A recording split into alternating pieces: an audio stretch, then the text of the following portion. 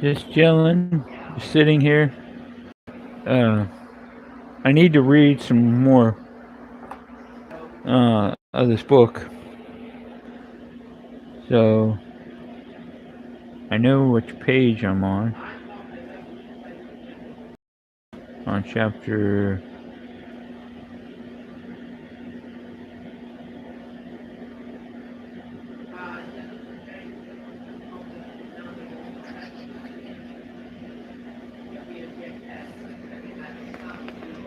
I already read that one.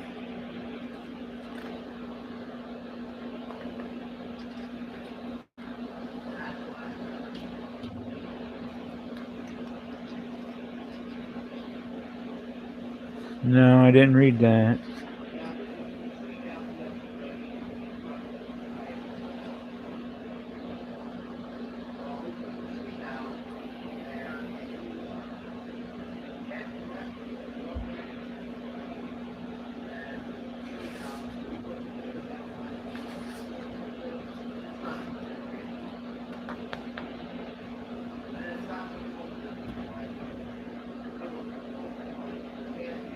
I think it's this one.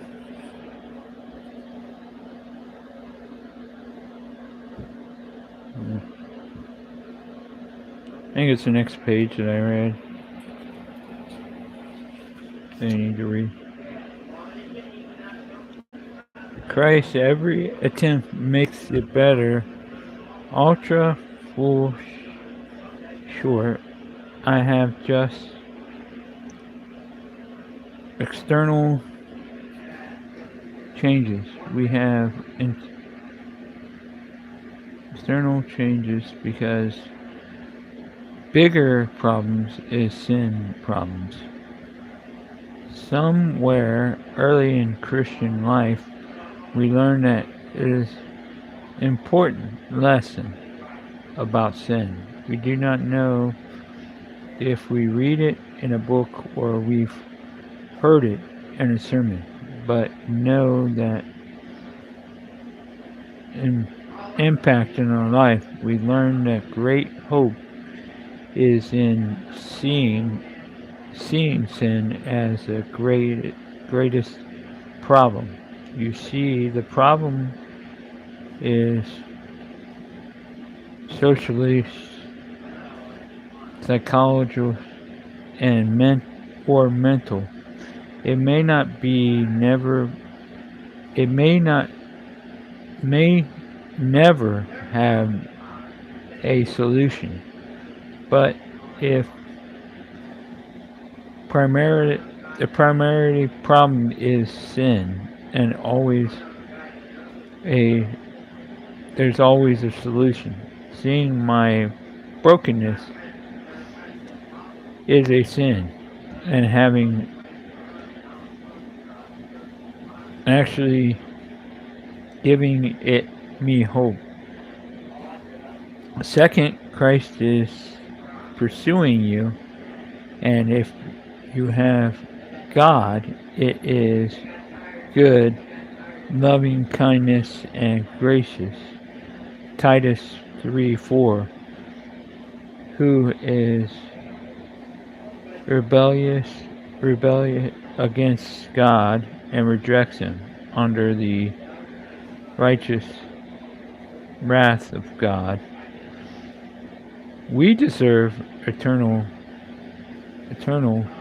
hell, but God, creation, we have called for by God, cared for by God. We want us to see He wants to see and save us and restore us. He is pursuing us to the end. The reason it's such good news is that now that the world pursues God, if we left ourselves, Romans 3:10 or 3:10 through 17, we desire to live with God, and because God pursues you, right now while reading this book, you have some desires of God and goodness and means that God is working in your life. What is encouraging, though? God is calling you to Himself. He is inviting you to come to Him. Every desire of God is every invitation from God. Third, Jesus is redeeming you. God displays His grace and pursues through appearance of Jesus Christ and has come to bring salvation to all people. Titus 2:11. Jesus saves, and it means to release and capulate like a prisoner on for a slave through their payment of calculate, I think that was called, payment of ransom. Jesus came to purchase us and with His very blood and free us from the bondage of sin and release us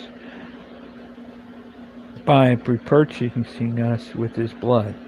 This is what He tells us. He gives Himself for us that we might be released.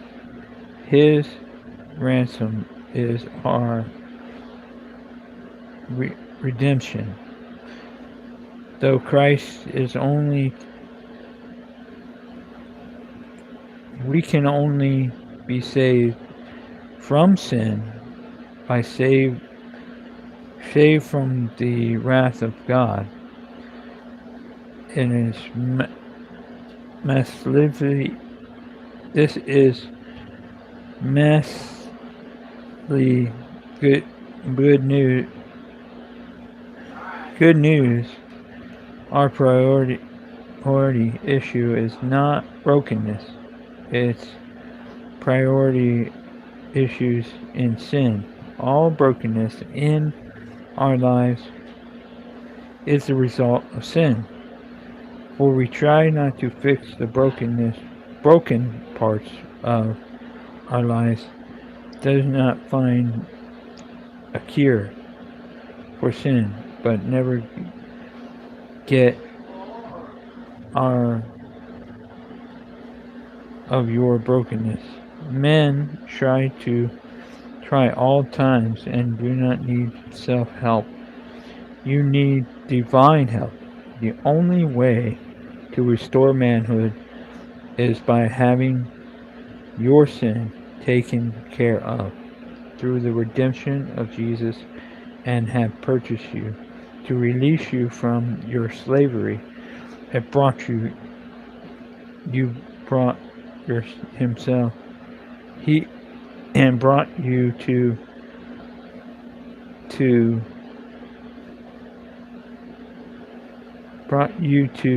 Himself, and He made it possible for you to have your manhood restored.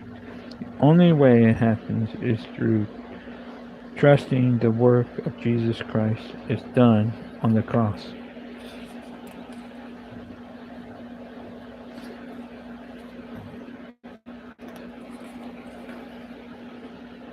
Couple pages. For the redemption to be applied, you must turn from your sin and Jesus. Trust Him to save you through the death, burial, and resurrection, and then surrender your life to Him. When you call on the name of the Lord and ask Him to save you, it is done. You are released from slavery. Begin the process of restoring your life. to manhood. But hear this, hear abandon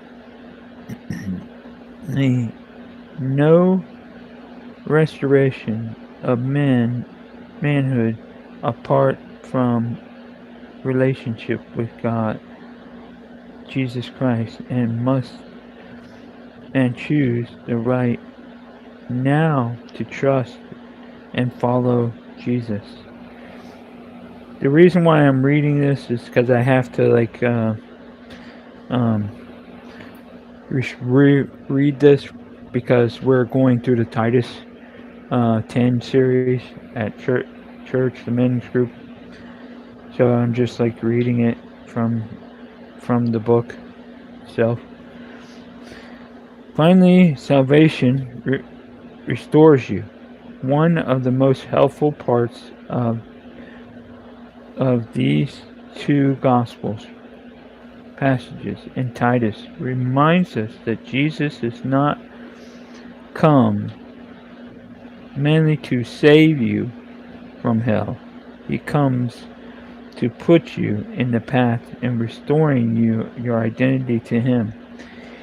He saves you from your sin and instructs us to godliness and worldliness, world lust, and live in some symbol righteousness and God's in godly way in the present age. To 12. He redeems you by making himself for himself to the people and zealness and good deeds. Salvation presents reality, and every day choose to trust and follow Jesus. As you do, God will make you further down the path of restoration.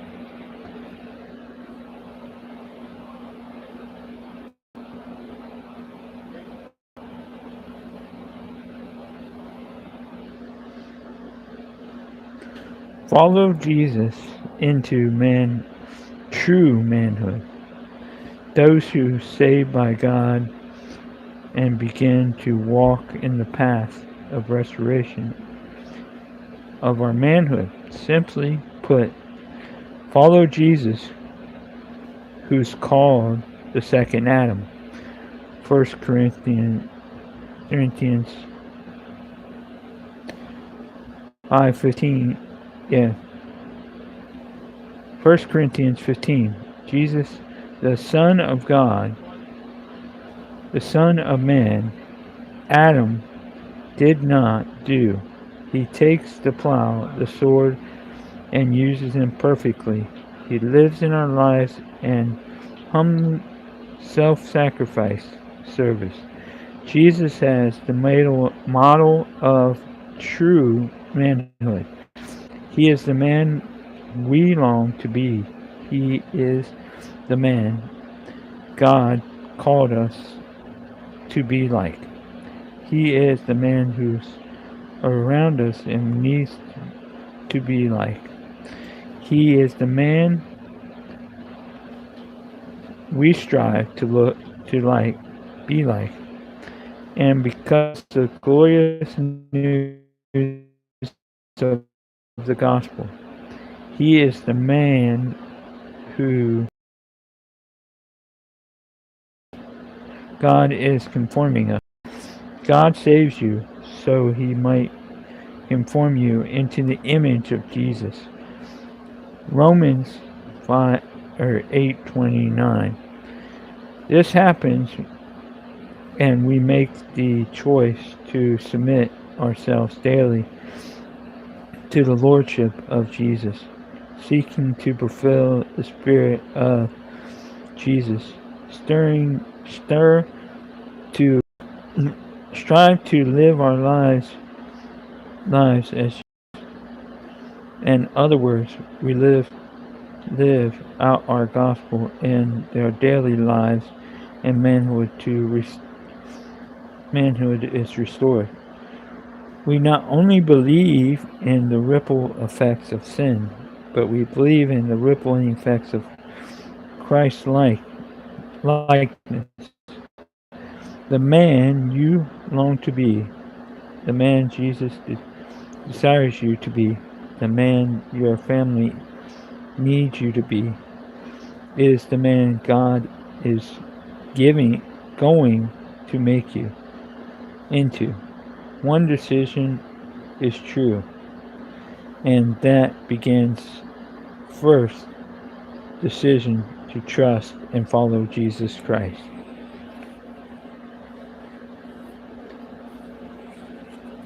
Okay, so I got to read this one and then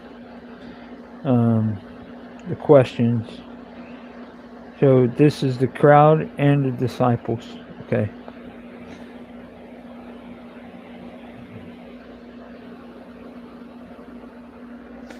I don't know why people aren't on this. Like, why not?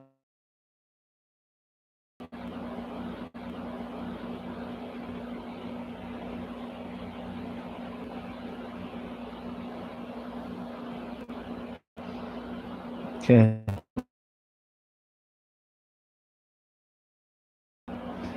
Alright. The crowds and the disciples. When Jesus went up to the mountain to deliver his longest record sermon, the Sermon on the Mount, the audience constructed two distinct groups, people who the crowd and the disciples. Matthew 5 1 and 2 says, seeing the crowd, went up on the mountain, and he sat down. The disciples and came to him, and opened his mouth and taught them. And there was a large crowd, people, a small group, disciples, and a large group present to listen. Jesus sees to be speaking to a small group. He is preaching to his disciples. The crowd was the group of people who liked Jesus. They were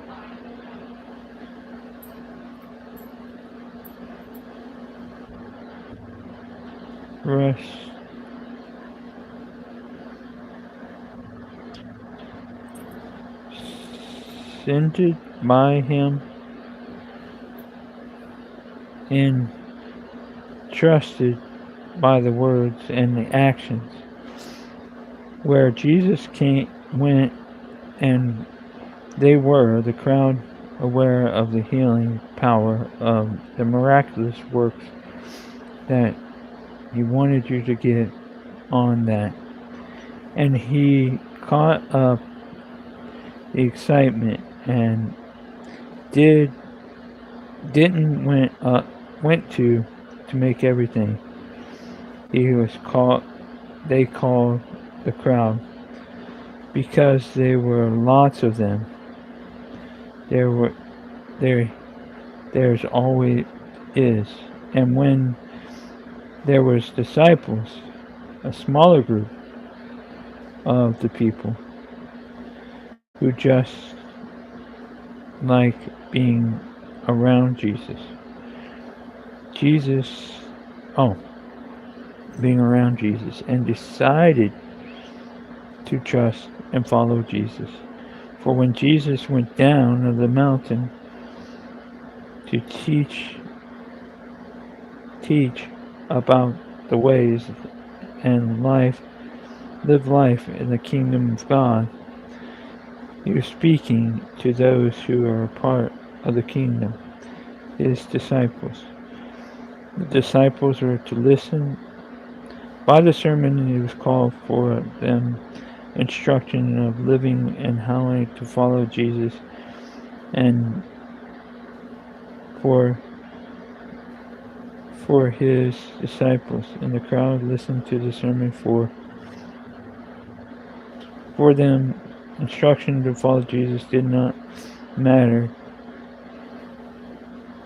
too much for those who were following Jesus. Although the ministry of Jesus in two groups, and the casual observers who looked pretty much the same, but Jesus knew the difference, and he knew that those people were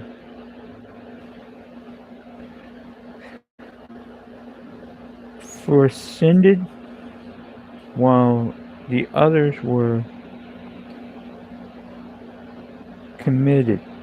He knew that some of them were hearing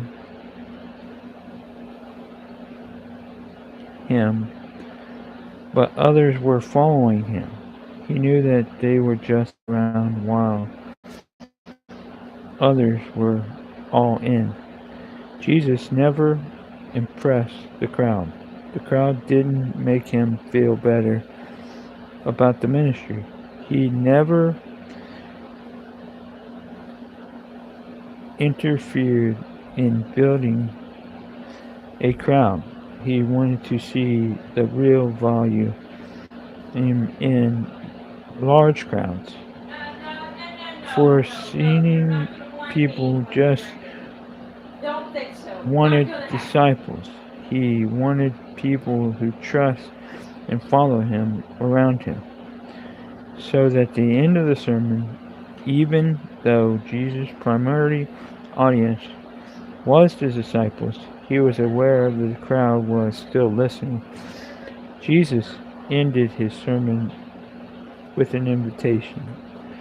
Everyone, when we hear these words of mine and do them, you liken them to a wise man who built his house on the rock.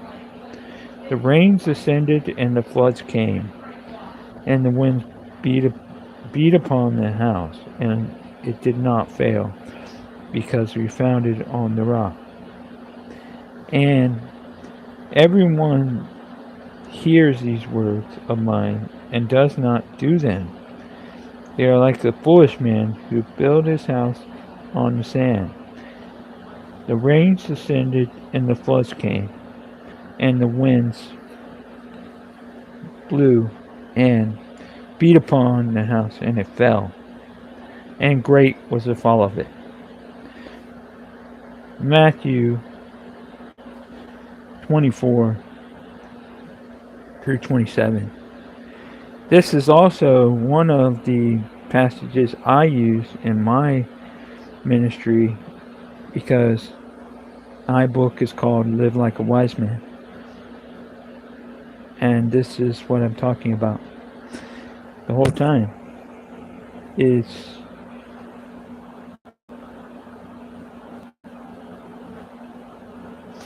is what I've been trying to teach you the whole time.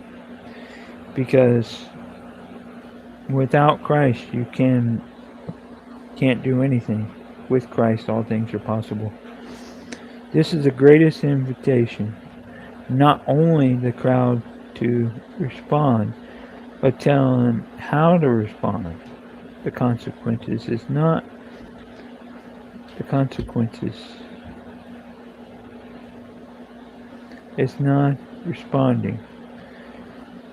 Responding to Jesus means hearing him, trusting him, following him, and believing in the only one who can save you from your sins, the only one who has life, the only knows the way of God and him, and respond to his brief and choosing to walk obedience to his commandments, trust and follow. Hearing not only enough, the crowd and the disciples hearing the sermon, the crowd was amazed by his preaching.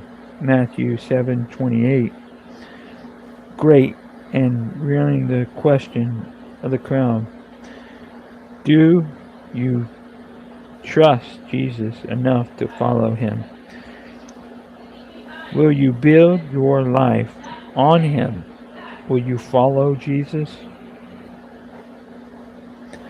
And the consequences of the decision is dramatic. Those who hear the crowd and refuse to trust in him, and earnestly their lives crumble.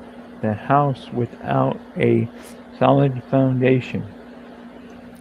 Those who trust in Jesus Christ is being like the house built on Jesus.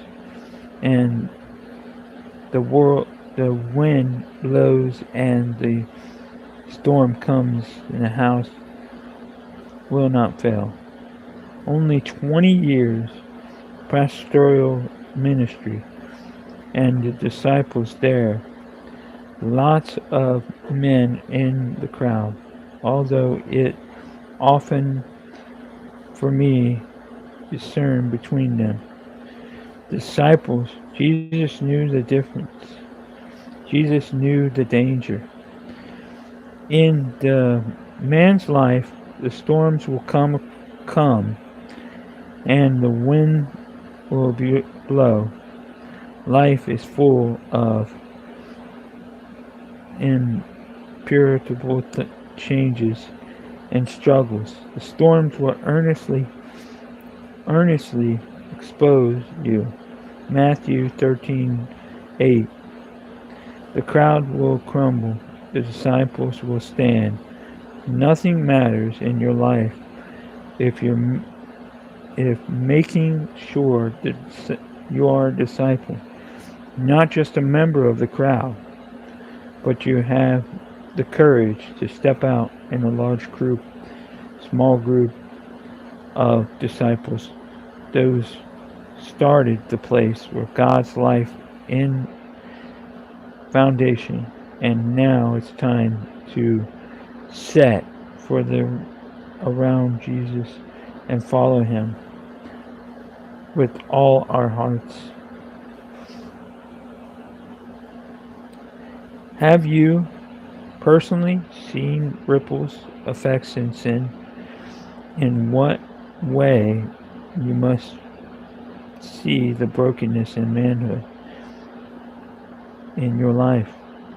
What areas do you feel defined as a man, and how can the gospel lead you into that? Be specific. Are you confirming that you are a disciple or a member of the crowd? Now, I have to read between now and I have 3 more chapters to read to get to the end of this book, because I have to read. But I will, before Thursday, because I have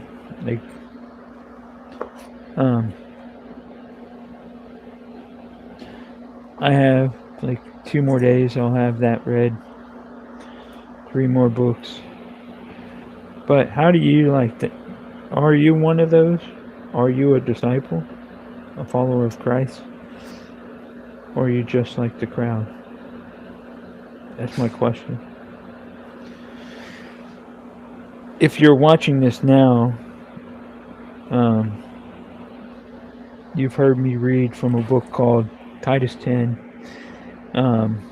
And this is a book our men's group is going through. Or you're watching this at another time. Answer that question. Are you a follower of Christ?